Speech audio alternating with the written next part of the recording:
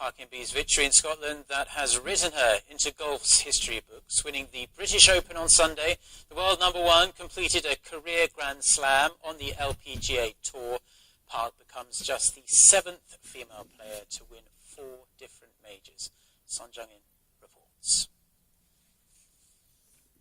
Top-ranked Park In-bee began the final round of the Women's British Open on Sunday, 3 shots off the lead set by fellow Korean Ko Jin-young.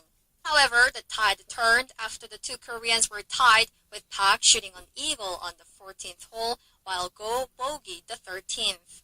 And Park went up by 1 with a birdie on the 16th, and Go fell out of contention with a double bogey on the same hole.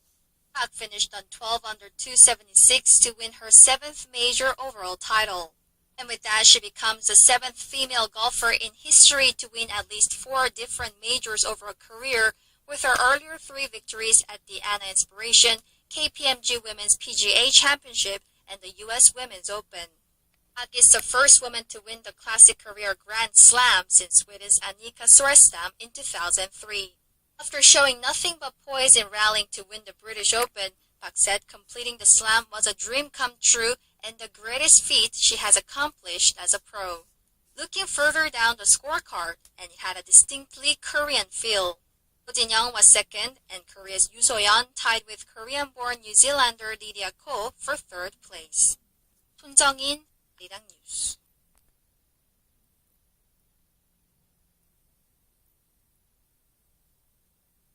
Let's zoom in on the intensifying feud within one of Korea's largest family-run conglomerates. Lotte Korea chairman Shin Dongbin is in Seoul to try and normalize the situation, meeting with his father Shin Ko, the founder of Lotte Group. For the latest, let's turn to our Ji Myung-gil. Shin Dongbin, the second son of Lotte founder Shin Ko, arrived on Monday at Seoul's Gimpo International Airport and told reporters his father's recent move to dismiss him from the board of Lotte Holdings was illegitimate. I think the document signed by my father is invalid in legal terms. Lotte Holdings is the de facto holding firm of Lotte companies in both Korea and Japan.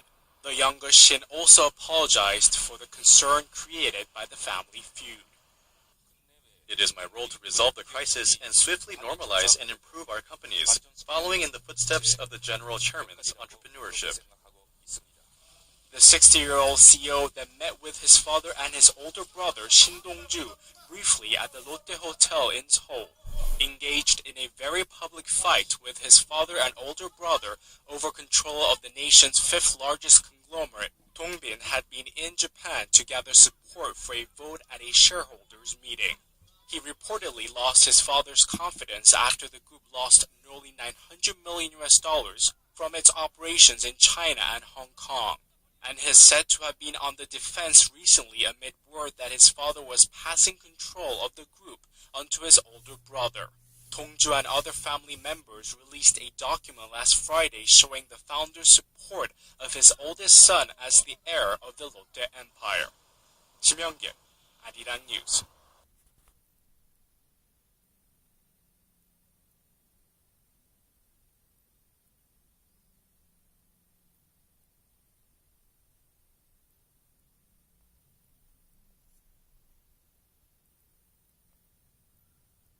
Now, South Korea's Foreign Minister Yoon Byung-se will depart for Malaysia on this Tuesday to attend a series of ASEAN-related meetings to be held in Kuala Lumpur this week. The meetings scheduled from Wednesday to Thursday include the ASEAN +3 Foreign Ministers meeting and the East Asia Summit. But the attention is centered on the ASEAN Regional Forum. That's because North Korea's Foreign Minister Lee Soo-yong will be in attendance along with his counterparts from the stalled 6-party talks aimed at denuclearizing North Korea.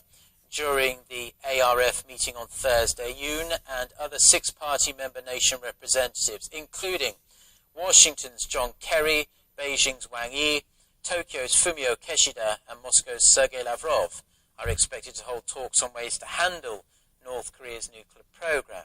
Seoul's foreign ministry says Yoon will urge Pyongyang to engage in nuclear talks while letting the regime know that South Korea is open to inter-Korean dialogue.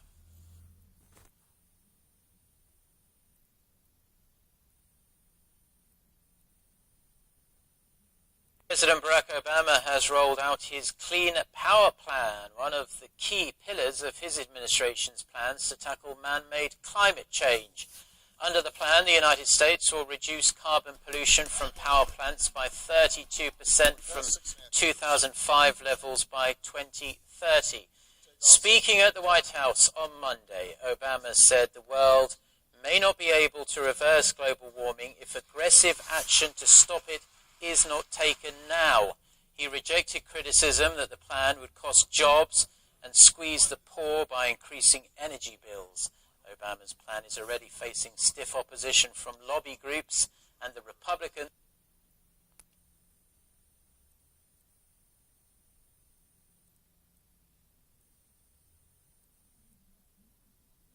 Ahead of Korea's Liberation Day, President Park said she looks forward to moving relations with Japan after Japanese Prime Minister Shinzo Abe upholds Tokyo's past apologies for its colonial-era atrocities.